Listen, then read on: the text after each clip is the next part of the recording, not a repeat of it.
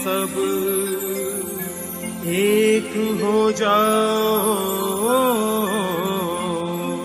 आजादी का दीप जलाओ। मैं यहाँ कहने जा रहा हूँ उसे ध्यानपूर्वक सुनना बहुत जरूरी है और उसको समझना बहुत ज्यादा जरूरी है। समझने में अगर आपको समझ में आता है तो उसका आप बैकवर्ड क्लासेस के लोगों को बहुत ज्यादा फायदा होगा। तेलंगाना में होगा और साउथ इंडिया में होगा।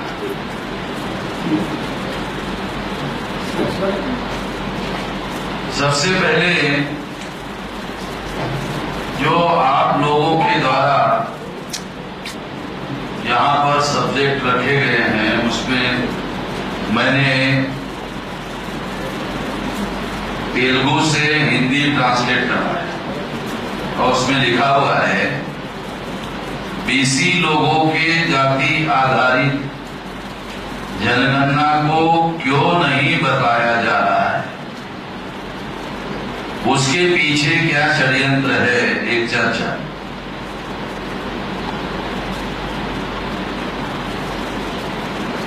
इसको जानना बहुत जरूरी है, बहुत अहम बात है जो यहाँ सवाल उठाया गया। उसके बारे में मैं बैकवर्ड क्लास के लोगों को बताना चाहता हूँ कि बैकवर्ड क्लासेस की गिनती क्यों नहीं हो रही है, उस गिनती को बैकवर्ड क्लासेस के लोगों को क्यों नहीं बताया जा रहा है,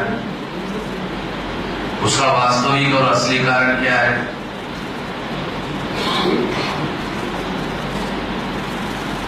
(1871) को अंग्रेजों के द्वारा जाति आधारित गिनती, जाति को आधार मानकर गिनती शुरू की गई और ये गिनती 1931 तक कास्ट बेस्ड सेंसस होता था। मैं कोशिश करता हूं कि हिंदी और अंग्रेजी को थोड़ा मिक्स कर दिया जाए तो आप लोगों को थोड़ा समझने के लिए और ज्यादा सुविधा होगी। 31 के सेंसस के अनुसार मंडल कमीशन का जो रिपोर्ट तैयार किया गया, उस रिपोर्ट को 1931 के सेंसस के अनुसार उन आंकड़ों को आधार बनाया गया और उसके आधार पर ये बताया गया कि बैकवर्ड क्लासेस की संख्या 52%। ये बताया 52 का मतलब ये होता है as per the provision of the constitution. यदि हम लोग संविधान के स्पिरिट को जान ले, समझ ले, तो जिनका 52 नहीं 51% होता है गवर्नमेंट या रूल उनका होना चाहिए देश में। मगर देश में 3.5%, 3.5 ब्राह्मणों की जो संख्या है 3.5% है। तो 3.5% जो लोग हैं उनका देश में राज है, रूल है। अब आप लोगों को क्या लगता है, क्या तो इधर तो केसीआर है,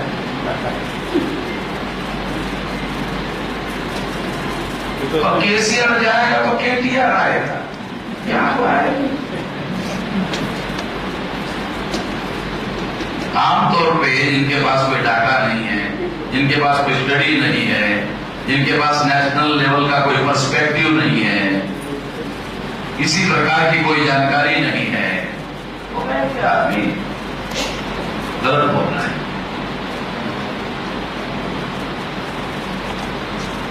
तो वो गलती आपके दिमाग में जो आपको लग रही है पहले ही मैं उसको सुधार देता, बाद में कुछ बातें आप लोगों को बताता। सबसे पहले आप लोगों को यह समझना होगा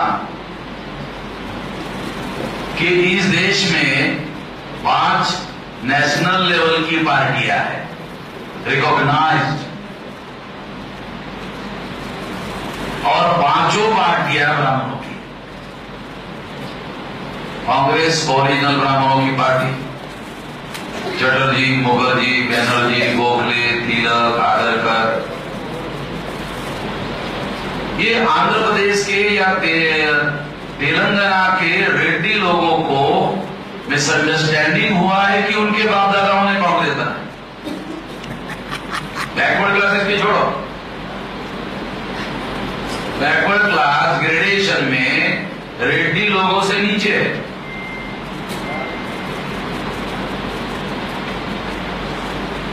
ग्रेडेड, क्योंकि जो कास्ट सिस्टम है ग्रेडेड सिस्टम है,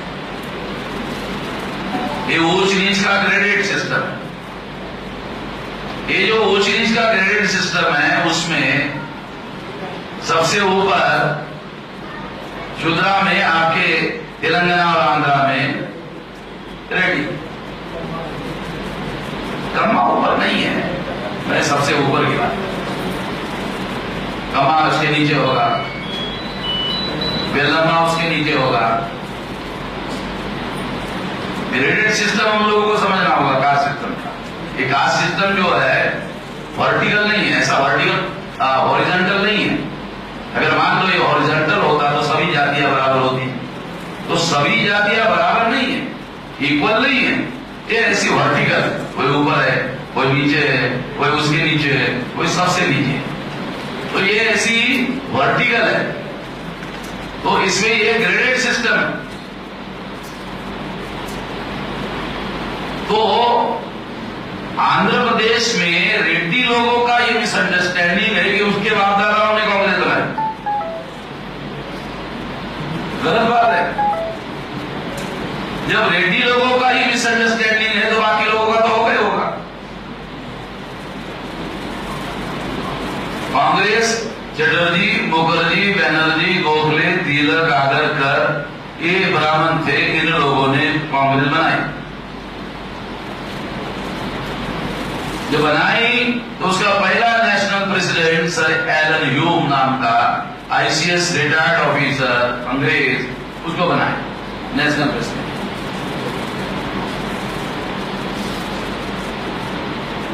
हम लोगों को बहुत सारा इतिहास पढ़ाया नहीं जाता, सही तरीके से इतिहास हिस्ट्री पढ़ाई नहीं जाती। दूसरा,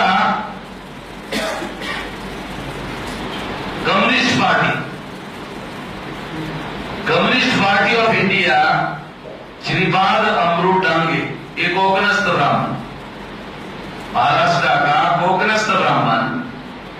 महाराष्ट्र के लोग इसको कोबरा ब्राह्मण मानते। कोबरा समझते हो? कोबरा सांप के प्रजाति का नाम है। अगर आदमी को डस ले तो आदमी पानी मांगने के पहले ही उसका राम नाम सत्य हो जाता है। राम नाम सत्य समझते हो? बहुत झंझट है राम नाम सत्य जानने के लिए, मरना पड़ता है, बहुत झंझट वाली बात है। और फिर जो मरता है उसको पता नहीं चलता, उसके पीछे जो लोग उसको उठा कर लेके जाते हैं, फिर उसके पीछे चलते हैं, जो चलते हैं वो लोग कहते हैं राम नाम सत्य है, राम नाम सत्य है। एक बार हमारा एक पागल जुनूनी कार्यकर्ता था, उसमें से चलने वाले एक आदमी को पीछे से ऐसे यहां से पकड़ कर खींच के लेके गए। बैकवर्ड क्लास का जो आदमी था उसको पकड़ के लेके गया, उसको कहा राम का नाम सत्य है ना, ये विज्ञापन क्यों कर रहे हैं, ये जाहिरात क्यों कर रहे है ना, राम का नाम सत्य है, मान लिया ना, फिर ये जाहिरात काहे के लिए कर रहे हैं, ये विज्ञापन काहे के लिए कर रहे हैं, ये एडवर्टाइजमेंट काहे के लिए कर रहे हैं, क्या मैं ना कर रहा, मैं काम कर रहा हूं।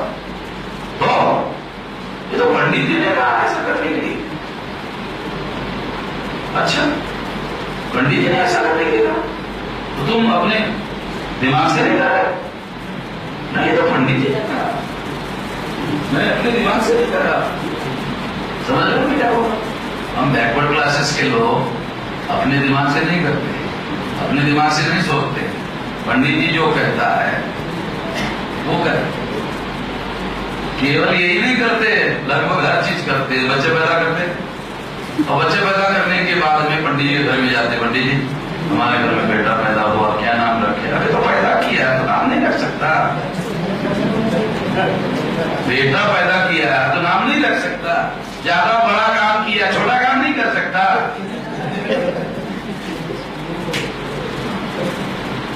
तो बेटे का नाम रखने के लिए पंडित जी के पास जाएगा और पूछेगा, पंडित जी क्या नाम रखे? तो पंडित जी बोलता है, अच्छा कब पैदा हुआ? होता बुधवार को। अच्छा बुधवार को हुआ, अच्छा ठीक है, बुधू राम रखे। क्या रखते? बुद्धू राम रखते। तो हमारा आदमी जो है बैकवर्ड क्या सब बुद्धू राम, अच्छा नाम लगता है। उसको पता नहीं बुद्धू राम का मतलब गधे राम होता है, बुद्धू राम का मतलब बुड़बक राम होता है, मूर्ख राम होता है, उसको पता ही नहीं।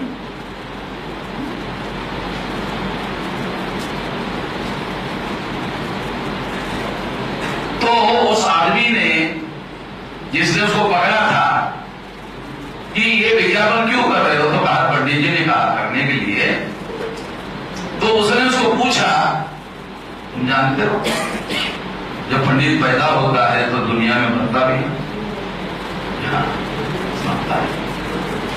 मैंने तो उसने कहा पंडित मरता होगा तो उसको भी तो 4 आदमी उठाते होंगे। तो पंडित को 4 आदमी उठाकर लेके जा रहे, उसके पीछे भी 10, 20, 25, 50 लोग चल रहे होंगे। तो तुमने ब्राह्मण को, मरे हुए ब्राह्मण को और उसके पीछे चलते हुए तिरड़ी को उठाकर चलते हुए लोगों को देखा होगा।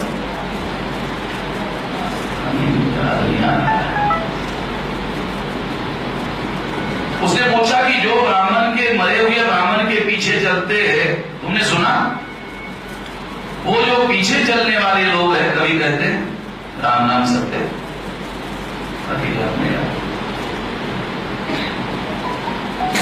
ब्राह्मण के, मरे हुए ब्राह्मण के पीछे जो ब्राह्मण चल रहे हैं वो ब्राह्मण राम नाम सत्य है, ऐसा कहते हुए सुना? ऐसा याद नहीं आ रहा। अबे तो कहेगा तब न तेरे को याद आएगा, कहेगा ही नहीं तो तेरे को याद कहां से आएगा? कहेगा तब न तेरे को याद आएगा। अच्छा तो वो कहते नहीं, तो आप क्यों नहीं कहते? तो इसने कहा ब्राह्मण जानते हैं राम का नाम सत्य नहीं है, इसलिए नहीं कहते। हम लोग गधे लोग हैं, मूर्ख लोग हैं। ब्राह्मण ने कह दिया, हमने मान लिया, हमने कोई वेरिफिकेशन नहीं किया। वेरिफिकेशन समझते हो कि कोई चीज किसी ने कह दी, वेरिफिकेशन किए बगैर मानना नहीं चाहिए।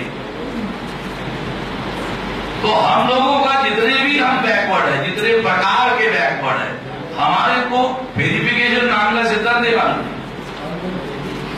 इसने बोल दिया और हमने मान लिया बस, बगैर किसी जांच पड़ताल के। हम जो फंसे हुए हैं बहुत सारी बातों में, गलत बातों में जो फंसे हुए हैं, ये बगैर किसी जांच पड़ताल के मानने की वजह से फंसे हुए। 3.5%, 3.5% लोग जो है, इन लोगों की 5 नेशनल लेवल की पार्टियां है। उसमें एक पार्टी कांग्रेस की है, दूसरी पार्टी भारत की कम्युनिस्ट पार्टी, श्रीपाद अमरूट डांगे, कोकनस्थ ब्राह्मण, ये दूसरा नंबर का ब्राह्मण। तीसरी कम्युनिस्ट पार्टी जो है श्रीपाद अमरूट डांगे के बाद उसी पार्टी से निकाला Namboodiri party, EMS Namboodiri party, मार्क्सवादी कम्युनिस्ट पार्टी। आंध्र के लोगों को और तेलंगाना के लोगों को तो जरूर मार्क्सवादी मालूम, जरूर।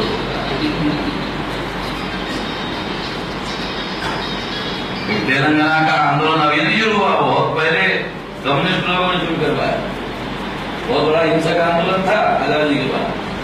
पता नहीं आप लोगों को जानकारी है इतिहास की नहीं है, मैं बाहर का आदमी हूँ, थोड़ा बहुत इतिहास जानता हूँ। तेलंगाना सायुध పోరాటం।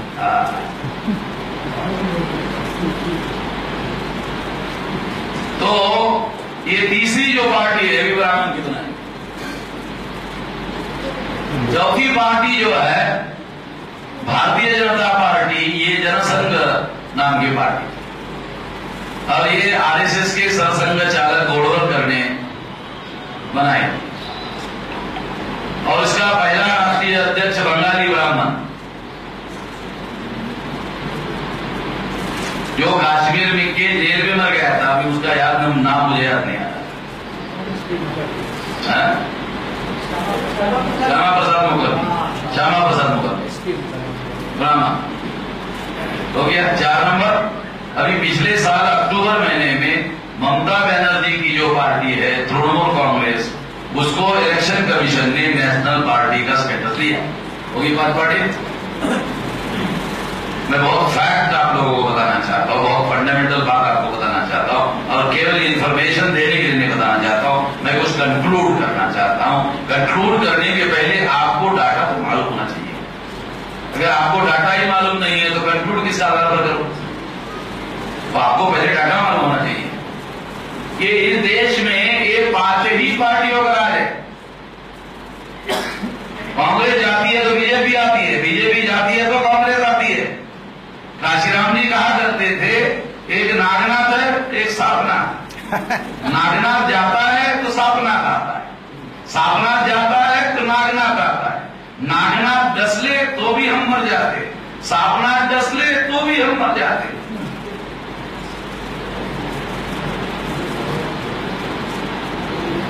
मेरे आकलन में मैं ऐसे कहता रहा हूं कि एक राजा राम है तो एक सितारा, एक है राजा राम, एक है सीताराम। तो जब कांग्रेस रूलिंग में रहती है तो क्या सोचती है? हम वोटर्स लोगों के, बैकवर्ड्स लोगों के बारे में क्या सोचती है? तुमसे जो बनता है कर लेना, तुम लोगों के विरोध में काम करेंगे। कांग्रेस ऐसा सोचती है, तुम लोगों के विरोध में हम काम करेंगे, तुमसे जो बनता है कर लेना। क्या करोगे? हमको अगले 5 साल के चुनाव में परास्त करोगे ना, तो चुनाव में परास्त करने के लिए आपको बीजेपी को लाना होगा। बीजेपी को अगर आप नहीं लाते हो फिर तो हम चुनाव में परास्त हो ही नहीं सकते। तो हमको परास्त करने के लिए आपको बीजेपी को लाना होगा। तो आपको, आपके पास विकल्प क्या है? आपके पास एक भजन है, वो गाना होगा। वो भजन का नाम है राज राम सीताराम, राज राम सीताराम, राज राम सीताराम, राज राम सीताराम, राज राम सीताराम, राज राम सीताराम, राज राम सीताराम। है कोई विकल्प? आपको राजा राम सीताराम का भजन गाने के अलावा आप लोगों के लिए क्या छोड़ के रखा है उन्होंने? क्या है आज की परिस्थिति? आज के तारीख की जो स्थिति है क्या है? यह है देश में परिस्थिति। और अभी गवर्नमेंट, राज्यों की गवर्नमेंट है। कल तक नीतीश कुमार बिहार में बीजेपी की मदद से मुख्यमंत्री था, अभी कांग्रेस की मदद से मुख्यमंत्री है। कल तक अखिलेश यादव इंडिपेंडेंट मुख्यमंत्री था, चुनाव में कांग्रेस के साथ समझौता करके चुनाव लड़ा। तो कोई देश में बैकवर्ड क्लासेस की कोई इंडिपेंडेंट गवर्नमेंट सुना? मैं आप लोगों को देश की वास्तविक स्थिति जो है, पहले स्थिति क्या है वो आपको पहले मालूम होना चाहिए। उसके बाद हम अपनी बातें जो कहेंगे फिर बातें मैं आप लोगों को समझाऊंगा। इसका मतलब ये है कि सेंट्रल गवर्नमेंट पर ब्राह्मणों के पार्टी का कब्जा है और राज्य सरकारों पर आइदर कांग्रेस या बीजेपी की सरकार है। बची हुई सरकारों में कांग्रेस और बीजेपी के सपोर्ट से जो स्टेट पार्टियां हैं उनकी सरकार है। आप बताओ कि देश में ब्राह्मणों का राज है या नहीं? आप बोलेंगे केसीआर है, फिर जाएगा तो पीटीआर आएगा। ये कर क्या रहा है जानते हो? ये तो कभी यज्ञ करता है, तो कभी ये मंदिर को दान दे रहा है, तो वो मंदिर को दान दे रहा है, तो कोई ये कर रहा है, ऐसा ही करते हो दिख रहा है। तो जो ऐसा करता है वो आदमी मनोवैज्ञानिक रूप से डरा हुआ आदमी, मानसिक रूप से ब्राह्मणों से डरा हुआ आदमी, और डरा हुआ आदमी जो है ब्राह्मणों का तुष्टीकरण करते रहने का काम करता है, तो डर रहता है, पता नहीं क्या। और अगर कुछ होगा तो बचाने का काम ये ब्राह्मण ही करेगी। ये अगर यहाँ मुख्यमंत्री है तो आपको लगता है यहाँ तो ब्राह्मण नहीं है भाई। मैं कहता हूं ब्राह्मण मुख्यमंत्री होता है वो कंपैरेटिवली ठीक होता है, दूसरे दर्जे का ब्राह्मण बहुत खतरनाक होता है। केसीआर दूसरे दर्जे का ब्राह्मण, सेकंड रेट ब्राह्मण। दूसरे दर्जे का आपको समझ में नहीं आया होगा, इसलिए मैं थोड़ा अंग्रेजी में बता रहा हूं। सेकंड रेट ब्राह्मण, जो पहले दर्जे का जो ब्राह्मण होता है तो ओरिजिनल होता है, तो वो थोड़ा सा बैकवर्ड होकर डरता है, इनके ओर जाना है। अब जो सेकंड रेट ब्राह्मण होता है वो बैकवर्डों में से ही आता है। वो बैकवर्डों में से ही आता है, और बैकवर्डों में से ही आता है तो वो कभी बैकवर्डों को डरता नहीं है, जो लगता है तो डरते रहता है, और उसको कोई डर नहीं होता है। तो ये सेकंड रेट ब्राह्मण ज्यादा खतरनाक होता है, समझ लो, सेकंड रेट ब्राह्मण।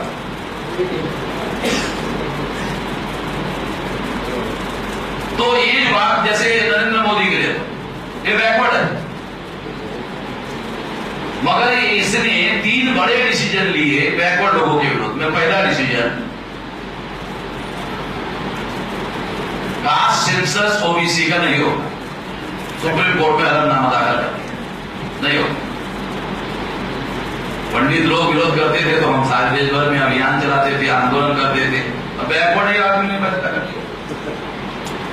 51 में जवाहरलाल नेहरू ने कास्ट सेंसस पर पाबंदी लगाई, 61 में जवाहरलाल नेहरू ने कास्ट सेंसस पर पाबंदी लगाई, 71 में इंदिरा गांधी ने कास्ट सेंसस पर पाबंदी लगाई, 81 में दोबारा इंदिरा गांधी ने कास्ट सेंसस पर पाबंदी लगाई, 91 में नरसिंह ने कास्ट सेंसस पर पाबंदी लगाई, 2001 में पंडित अटल बिहारी वाजपेयी ने कास्ट सेंसस पर पाबंदी लगाई। सारे के सारे नाम ब्राह्मण।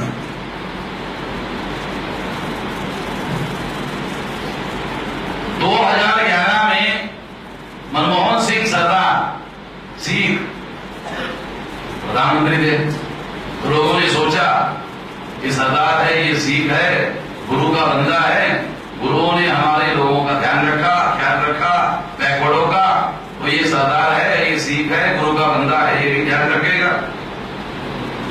उसने पार्लियामेंट में कास्ट सेंसस करेंगे घोषित कर दिया, और कैबिनेट की मीटिंग बुलाकर जीओएम बनाया, ग्रुप ऑफ मिनिस्टर्स कमेटी बनाई, उसका चेयरमैन बनाया प्रणब मुखर्जी।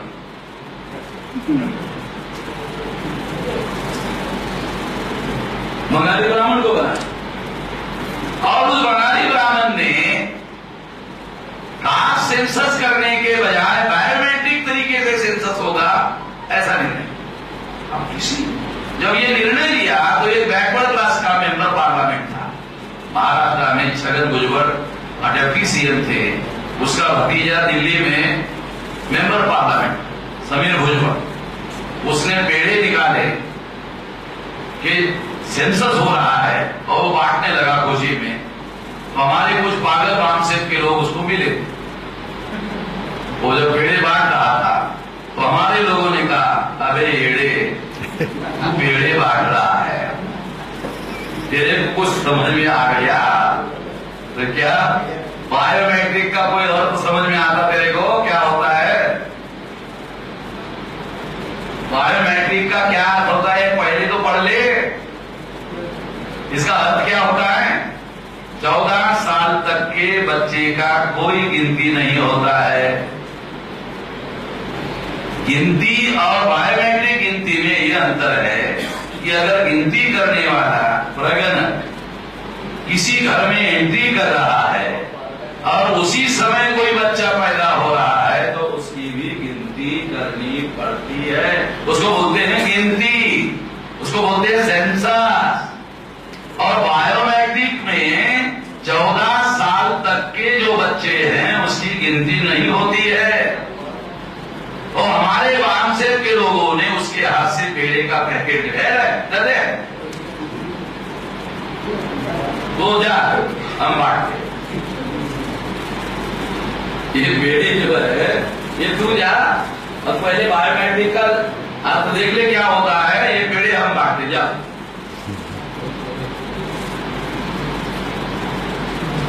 प्रणब मुखर्जी ने पहला डिसीजन लिया बायोमेट्रिक का। मैं शरद यादव के घर में गया, मैंने कहा यादव जी, शरद जी, ये ऐसी बातें हो रही है। बोले मैंने पार्लियामेंट में भी मैंने प्रणब दा को कहा कि ये बहुत गलत बात है। तो प्रणब दा ने मुझे कहा कि आप पार्लियामेंट में बात मत करिए, आप बहुत सीरियस बहुत पार्लियामेंट्री में आप ऐसा करिए। मेरे ऑफिस में पार्लियामेंट के सेंट्रल हॉल में जो मेरा ऑफिस है उसमें ब्राह्मण आदमी बहुत ज्यादा बहुत होशियार होता है। वो ये जानता है कि शरद यादव और मैं अगर कोई पार्लियामेंट में चर्चा करता हूं तो सारा रिकॉर्ड में है। और अगर ऑफिस में जाके चर्चा करता हूं तो रिकॉर्ड में कहीं पर भी नहीं आए। ब्राह्मण जो है बहुत चालाक बहुत होशियार होता है और उसने वो चर्चा पार्लियामेंट में करने के बजाय अपने ऑफिस में जाकर, क्योंकि मनमोहन सिंह राज्यसभा के मेंबर थे और लोकसभा में कांग्रेस का कोई लीडर नहीं था, तो कांग्रेस ने कांग्रेस का जो लीडर है वो प्रणब मुखर्जी को बनाया, क्योंकि वो इलेक्टेड मेंबर पार्लियामेंट था। और मनमोहन सिंह आसाम से राज्यसभा के नॉमिनेटेड मेंबर थे। मनमोहन सिंह ने अपनी जिंदगी में कभी चुनाव नहीं लड़ा। ये और ये भी ध्यान रखिएगा, वो nominated and those who nominate. एक नॉमिनेशन आप लोगों को समझना होगा कि वो नॉमिनेटेड मेंबर थे एंड दोज हु नॉमिनेट, जो उनको नॉमिनेट करते हैं उसका पावर होता है, जिसको नॉमिनेट किया जाता है उसका कोई पावर नहीं होता है। तो ये मनमोहन जी नॉमिनेटेड मेंबर पार्लियामेंट और नॉमिनेटेड पीएम भी थे। मगर पीएम का काम मनमोहन सिंह कभी नहीं करते थे, वो अर्थमंत्री का काम करते थे। दिखने के लिए प्रधानमंत्री थे और प्रधानमंत्री का काम सारे political decision Pranab Mukherjee. 67 GoM बनाए गए, उसमें 63 जीओएम का चेयरमैन अकेले प्रणब मुखर्जी थे और सारे पॉलिटिकल डिसीजन प्रणब मुखर्जी देते थे। और जब पार्लियामेंट में कोई संकट खड़ा होता था तो सोनिया गांधी प्रणब मुखर्जी को बुलाकर उसको खास जिम्मेदारी लगाती थी कि ये मामला आप सुलझाएं। जब केजरीवाल ने हंगामा खड़ा किया था तो उस दौरान पार्लियामेंट में बहुत प्रॉब्लम खड़ा हो गया था, तो वो सारा एपिसोड सोनिया गांधी ने बुलाकर प्रणब मुखर्जी को कहा कि ये मामला आप तय कर।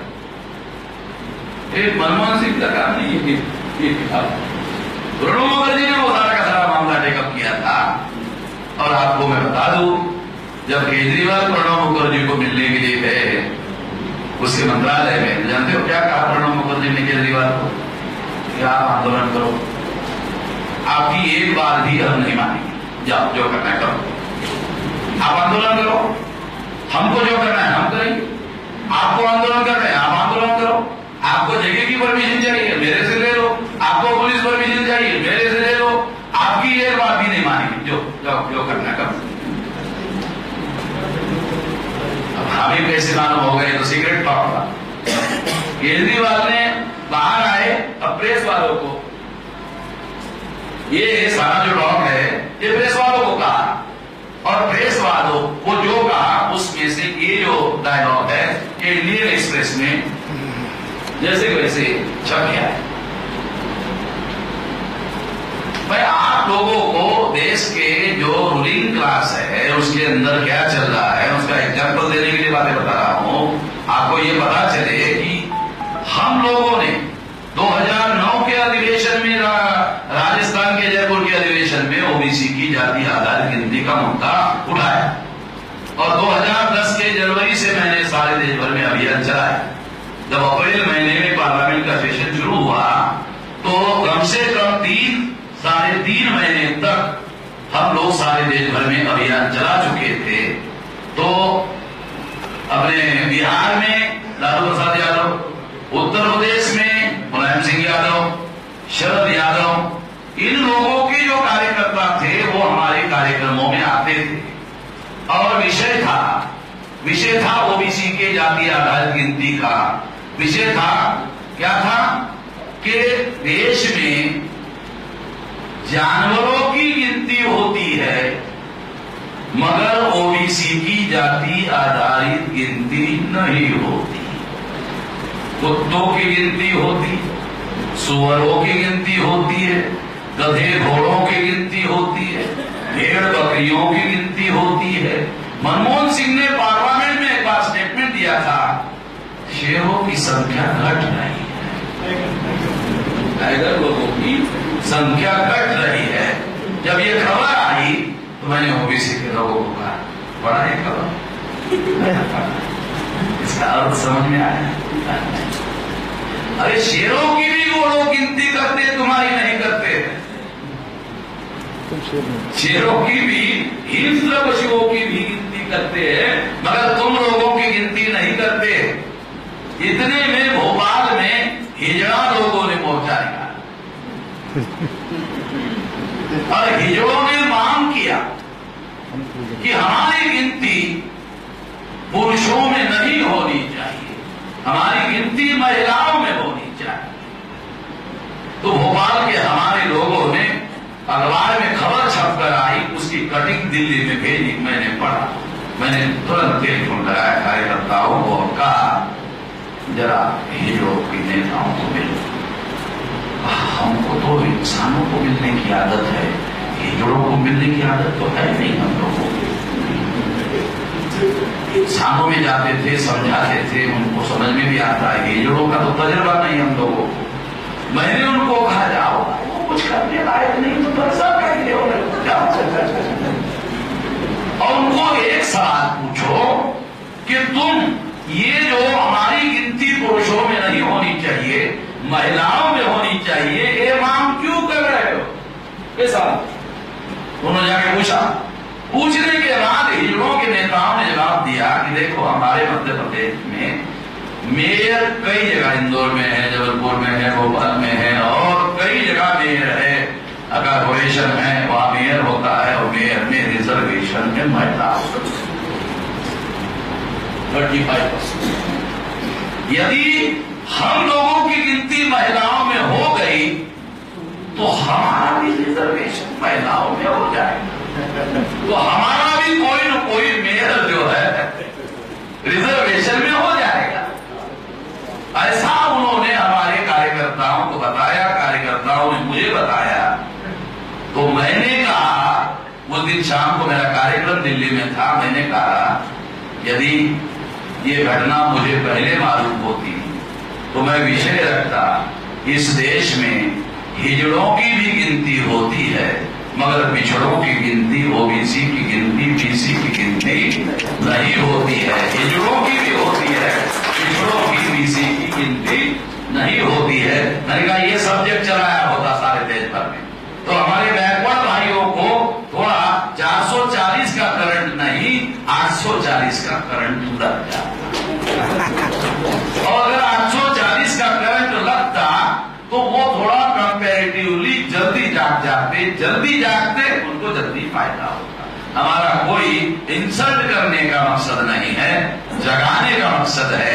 बाबा साहब अम्बेडकर कहा करते थे, गुलाम को गुलामी की पहचान करा दो तो गुलाम गुलामी के विरोध में विद्रोह कर होता है। पिछड़ों को, बीसी लोगों को पिछड़े होने का एहसास करा दो तो पिछड़े वर्ग के लोग जल्दी ही उठकर पिछड़ेपन के विरोध में खड़े हो सकते हैं।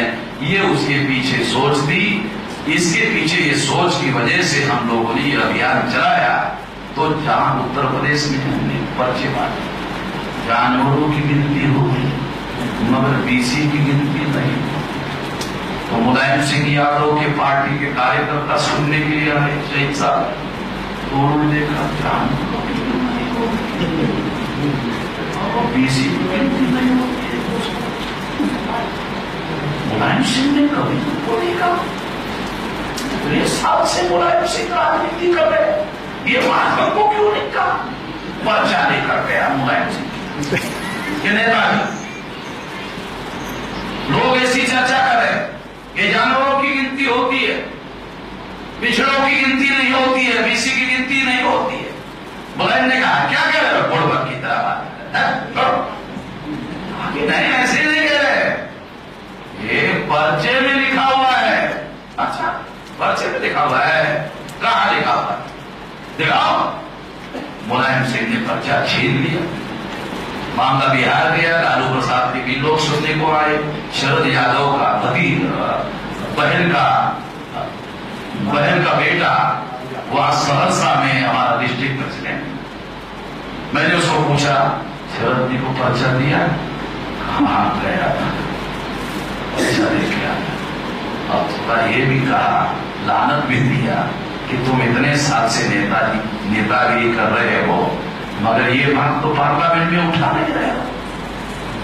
तो ये अभियान चलने के बाद आप लोगों ने खबर पड़ी होगी कि 3 दिन पार्लियामेंट बंद हो गई। ओबीसी के बीसी के गिनती के मुद्दे पर 3 दिन पार्लियामेंट बंद हो गया। मैं शरद यादव के घर में गया, शरद जी को पूछा, शरद जी ये कैसे हो? कहा कि मैंने मुलायम से बात की, मैंने लालू से बात की, मैंने गोपीनाथ मुंडे से बीजेपी के बैकवर्ड क्लास के नेता से बात की, छगन भुजबल से बात की, और हम लोगों ने पार्लियामेंट में बैकवर्ड क्लासेस के लोगों को इकट्ठा किया और पार्लियामेंट बंद। 3 दिन तक पार्लियामेंट बंद हो।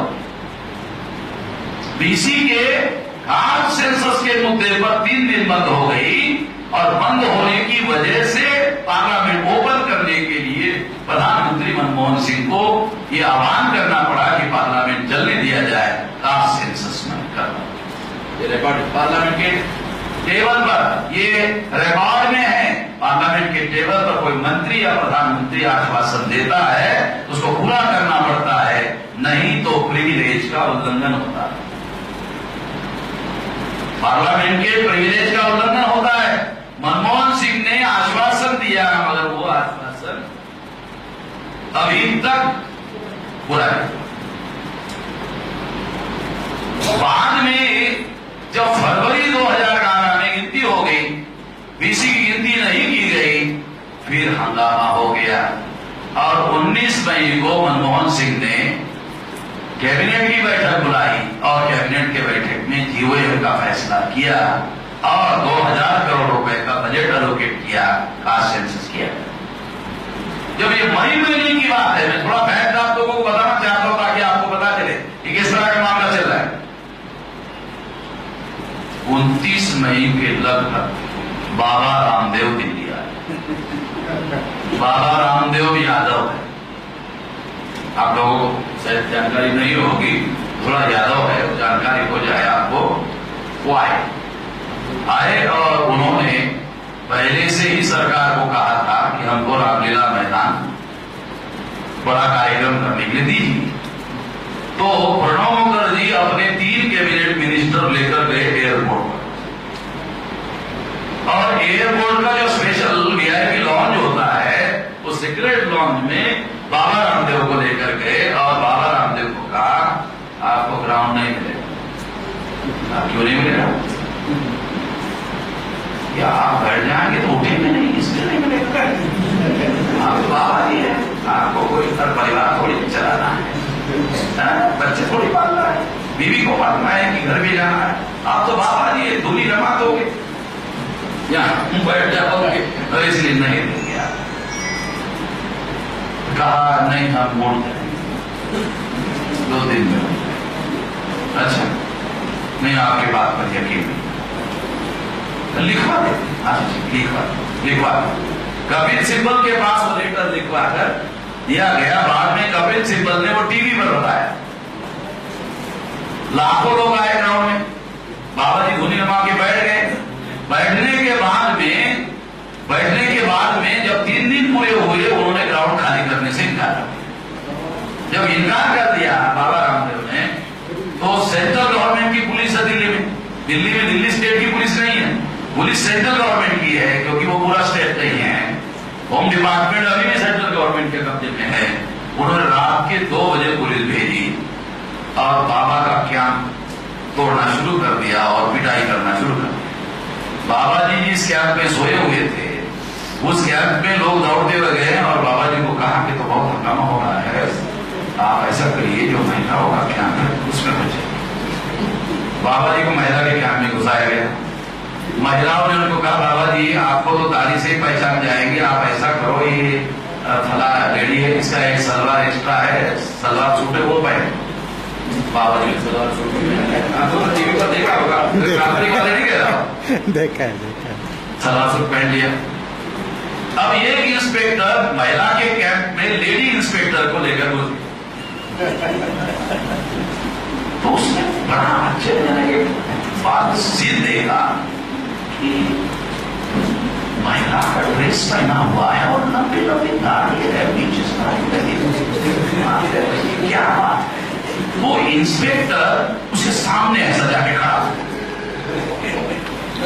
अच्छा बाबा जी तो बाबा जी को रखा, सीधा देहरादून चार्टर प्लेन लेकर के उसको देहरादून छोड़ दिया। साथियों, इससे इतना हंगामा हुआ मारपीट की वजह से, हरियाणा की एक औरत मारी मरने की वजह से बहुत हंगामा हुआ। इंक्वायरी का ऑर्डर हुआ। इंक्वायरी के ऑर्डर में जून महीना चला गया। सुप्रीम कोर्ट में केस गई, सुप्रीम कोर्ट ने ऑर्डर दिया, जून महीना भी चला, जुलाई महीना भी चला गया। 1 जून से ओबीसी की जाति आधारित गिनती भारत में शुरू हो गई और जून महीने में यह हंगामा हुआ नहीं करवाया गया। जुलाई महीना भी चला गया। 1 अगस्त को अन्ना हजारे पूना के लोहेगांव एयरपोर्ट पर गए, फ्लाइट में बैठे और 1 अगस्त को दिल्ली के एयरपोर्ट पर उतरते ही पत्रकारों ने अन्ना को घेर लिया और अन्ना को पूछा, अन्ना जी अब आप क्या करने वाले हैं, क्योंकि बाबा जी तो चले गए, अन्ना जी आ गए थे, तो अन्ना जी अब आप क्या करने वाले। कहा कि 15 अगस्त तक कुछ नहीं करूंगा, देश की आजादी का दिन मनाऊंगा और 16 अगस्त अपना कार्यक्रम शुरू कर। अरे बाबा जी के पास में जयप्रकाश नारायण पार्क बुकिंग था और 1 सितंबर का ओबीसी की जाति आधारित गिनती की रैली के लिए हमने रामलीला ग्राउंड बुक किया। 20 तारीख तक अन्ना हजारे कब्जा लेकर बैठा हुआ, हम लोगों को वहां अपनी रैली करने के लिए कंस्ट्रक्शन करना था, तो वो खाली नहीं कर रहे थे। तो हमने 2 आदमी कार्यकर्ता, बैकवर्ड क्लासेस के डीसी के कार्यकर्ता केजरीवाल के पास भेजे और कहा देखा करो, क्यों हमारी बुकिंग है।